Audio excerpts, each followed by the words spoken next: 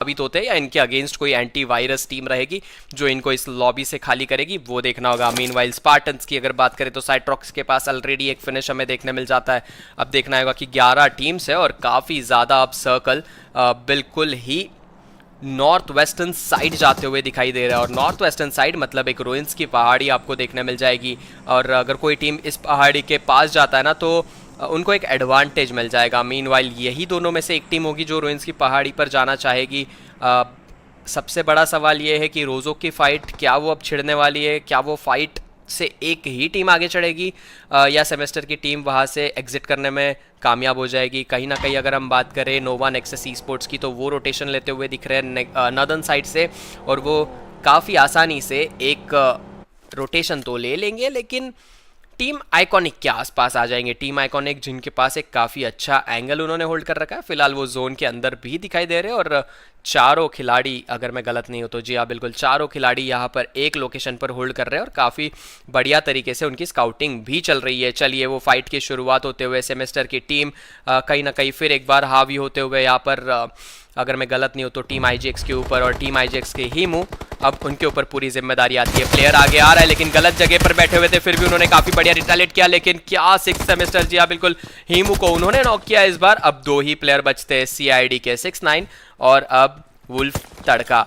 इनके ऊपर किस तरीके से अब ये फाइट को अंजाम दिया जाएगा वो देखना होगा। 5th सेमेस्टर नॉक तो दिखाई दे रहे हैं, लेकिन क्या वो ग्रेड का कनेक्शन बना पाएंगे क्या? फिलहाल नहीं। 7th सेमेस्टर उन्होंने नॉक किया वहाँ पर सीआईडी 6-9 को। तड़का, क्या वो यहाँ से रिवाइवल एग्जीक्यूट करेंगे? पीछे से जोन आ रहा है और इस जोन का बहुत ज़्यादा डैमेज होगा, ये भी आपको ध्यान रखना होगा। 4 प्लेयर्स पूरे के पूरे यहाँ से क्या निकल पाएंगे 8th सेमेस्टर के? अब वो देखना होगा। हार्ड पुश तो किया 8th सेमेस्टर ने, काफ़ी शानदार तरीके से फिनिश भी किया, काफ़ी आसान वो फिनिशेस भी देखने मिले। 4 फिनिशेस इस टीम के पास और चारों प्लेयर्स अब यहाँ से निकलेंगे। लग तो यही रहा था कि एक ही टीम रोजोक से ऊपर निकलेगी और आगे बढ़कर इस जोन के अंदर एंट्री लेगी, लेकिन अब सबसे ज़्यादा बड़ा सवाल, एक और सर्कल का शिफ्ट रुइंस के अराउंड, और कुछ टीम्स हमें फिलहाल वो एक माउंटेन पर भी जाते हुए दिखाई दे रही थी, और उसी में से वो एक टीम है रेड वायरस की। और रेड वायरस की टीम की अगर हम बात करें तो यहाँ पर उनके पीछे पीछे नोवा नेक्सस ई स्पोर्ट्स भी आना चाहती थी। सबको यही लग रहा था कि इसके अराउंड एक सर्कल बन जाएगा तो हाइट एडवांटेज मिल जाएगा, लेकिन काफ़ी ज़्यादा अनलकी साबित रहे रेड वायरस की टीम, क्योंकि उनके पास फिलहाल वो सर्कल का एडवांटेज आएगा नहीं, काफ़ी ज़्यादा दूर जा चुका है। कहीं ना कहीं 200 मीटर का फास्ट लाइन को तय करना है। और अगर हम बात करें नोवा नेक्सस की तो फिलहाल वो भी फाइट में यहाँ पर एंगेज होना प्रेफर नहीं करेंगे, क्योंकि जानते हैं ऑलरेडी हाइट एडवांटेज वहाँ पर रेड वायरस के पास है और आपके पास व्हीकल्स भी है, तो भलाई इसी में कि आप निकल जाइए, जोन में जाइए और दोनों प्लेयर्स फाइट लीजिए। वही अगर हम बात करें कहीं ना कहीं पीछे से जो 2 प्लेयर थे, सौम्य अगर मैं गलत नहीं हूँ तो, जी हाँ, वो कंटिन्यूसली स्प्रेज लिए जा रहे हैं, लेकिन साइट्रॉक्स उन्होंने एक्सडीज लाइफ को नॉक किया है। सबसे कहर अब बरसाने वाली फाइट अब शुरू होने वाली है, क्योंकि स्टेज 4 शुरू हो चुका है और स्टीव वहाँ पर जिनवू को नॉक करते हुए दिखाई देंगे, और कहीं ना कहीं ये फाइट बहुत ज़्यादा गहरी होते हुए दिखाई देगी। मीनवाइल रिफ्लेक्स गॉड वो नॉक होते हुए दिखाई देंगे, स्मोक होगा इनके ऊपर, लेकिन क्या अब लॉन्ग रेंज से फिनिशेस भी निकाल पाएंगे क्या, वो सबसे बड़ा सवाल रहेगा। लेकिन अगर हम बात करें फिलहाल टीम नंबर 10 वो यहीं पर होल्ड करते हुए दिखाई देगी। स्पार्टन और 4 फिनिशेस वो साइट्रॉक्स के पास आते हुए, और स्टीव 1 फिनिशेस, इस बीच 5 फिनिशेस इस टीम के पास हमें देखने मिल तो रहे। मीनवाइल अगर हम बात करें कहीं ना कहीं टीम VR46 की, तो 2 ही प्लेयर थे। प्रीमोस्क से काफ़ी बढ़िया इन्होंने रोटेशन निकाला, लेकिन ये जोन के काफ़ी ज़्यादा बाहर, अब ये थोड़ा सा होल्ड करते हुए दिखाई तो दे रहे हमें। पर क्या टीम नंबर 12 मतलब रेड वायरस, क्या वो वहाँ से अब निकलेंगे? क्योंकि जोन स्टार्ट हो चुका है, स्टेज 5 अब शुरू होने वाला है। अब स्टेज 5 जैसे जैसे शुरू होता है ना, दिक्कतें बहुत ज़्यादा बढ़ती है। आपको कंटिन्यूसली हील्स लगाने पड़ेंगे, आपको कंटिन्यूसली जोन में पुश इन करना पड़ेगा, रिटालिएशन करना पड़ेगा। जो टीम जोन के अंदर बैठी हुई है, एजेस पे बैठी हुई है, उनके साथ थोड़ा सा आपको रोटेशन लेना पड़ेगा, वो सबसे बड़ा ख्याल रखने की ज़रूरत रहेगी। मीनवाइल बोटयार्ड पर भी एक टीम आपको देखने मिल जाती है, और वो टीम बहुत ज़्यादा रोटेशन लेकर 4th सेमेस्टर की अब वो आएगी, लेकिन उनके सामने एक चुनौती रहेगी वहाँ पर टीम शैडो की। टीम शैडो जिसके पास एक भी फिनिश नहीं है, काफ़ी आसानी से वो इस कंपाउंड को काफ़ी देर से होल्ड करते हुए दिखाई दे रहे, और क्या बढ़िया एंगल्स है इनके पास। पता है बैकलाइन क्लियर है, लेकिन बैकलाइन से वो एक टीम आते हुए क्या वो स्पॉट कर पाएंगे क्या वहाँ पर?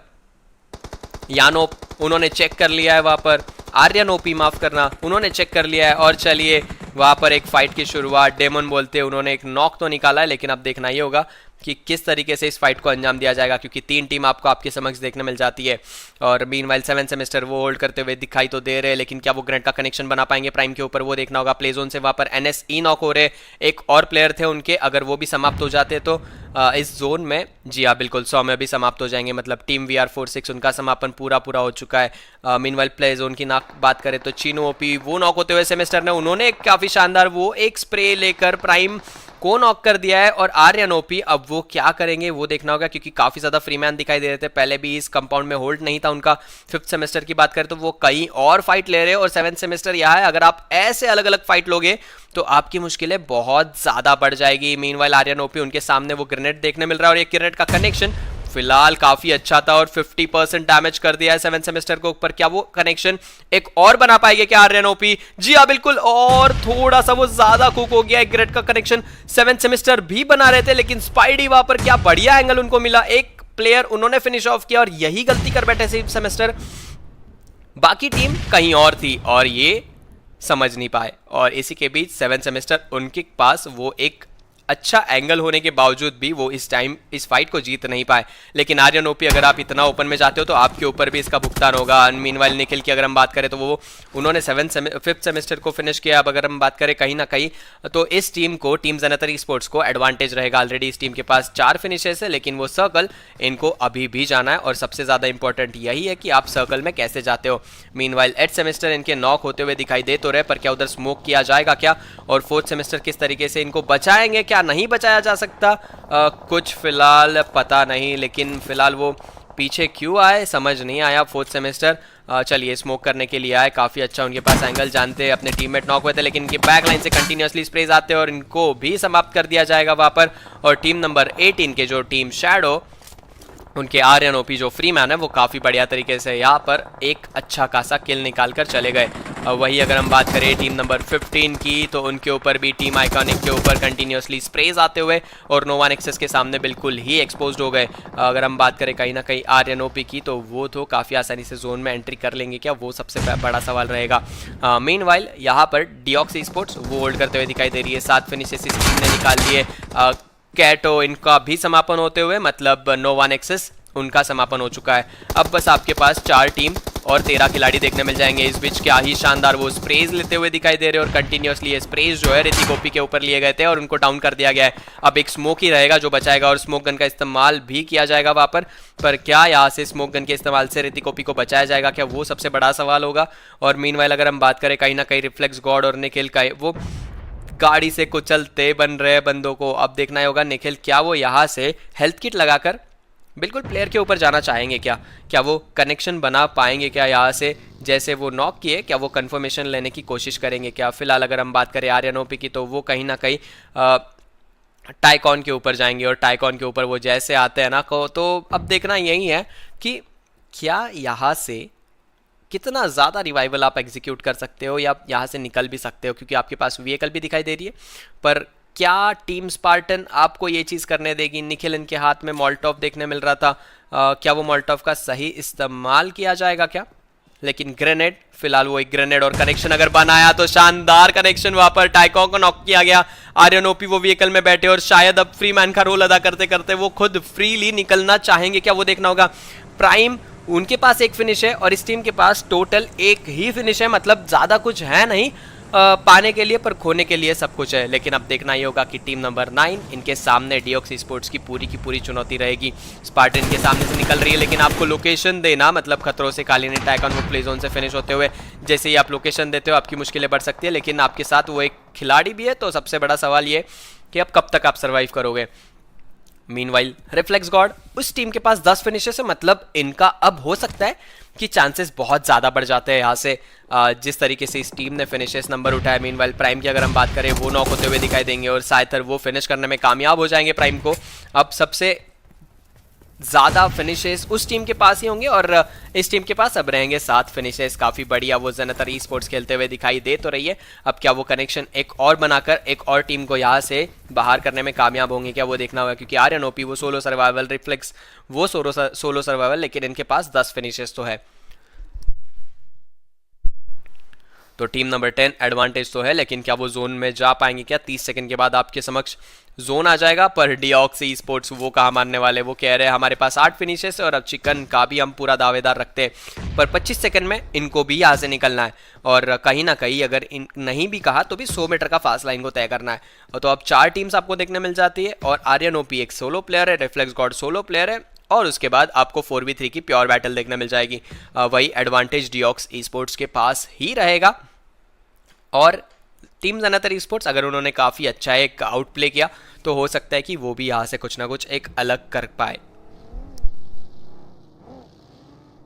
चलिए डिऑक्स स्पोर्ट्स वो जा रहे हैं, लेकिन गोजीरो क्या सरप्राइज एलिमेंट बनेंगे? वो पेड़ के पीछे से जिया वो कनेक्शन बना नहीं पाए, शायद कुछ अलग कर पाते थे, लेकिन जायतर वहां पर बढ़िया तरीके से वहां पर नॉक तो निकाला उन्होंने और क्या ही शानदार तरीके से यहाँ पर डिऑक्स स्पोर्ट्स के 11 फिनिशेस, जो कि शायद सबसे ज़्यादा हो जाएंगे इस नंबर को अगर हम देखें ठीक से तो सबसे ज़्यादा नंबर्स रहेंगे इस फिनिशेस में। ये आए सीधा और गलती कर बैठे, लेकिन चलिए आर्यन ओपी उनका भी समापन करके क्या ही बढ़िया तरीके से डिऑक्स स्पोर्ट्स ने इस फाइट को अंजाम दिया। टोटल 11 फिनिशेस के साथ इस टीम ने विनर विनर चिकन डिनर का हकदार लिया। और सबसे ज़्यादा इंपॉर्टेंट सवाल अब ये है कि कौन सी टीम्स अब नेक्स्ट राउंड में जाएगी यहाँ से, क्योंकि अगर हम देखें तो डिऑक्स स्पोर्ट्स ने काफ़ी स्मार्टली वो गेम खेला है। 4 बंदे एंड तक जिंदा थे और वो जब नंबर्स आपके पास होते हैं ना तो आपके पास वो फ़ायदा ऑलरेडी हो जाता है। वही अगर हम बात करें आर्यन की टीम की तो उनके पास 2 ही फिनिशेस आए, लेकिन चलिए काफ़ी शानदार गेम प्ले उन्होंने भी दिखाया, काफ़ी अच्छा सर्वाइव करके गए। 6 फिनिशेस 6 पॉइंट्स तो इस टीम के पास बखूब ही आए जाएंगे।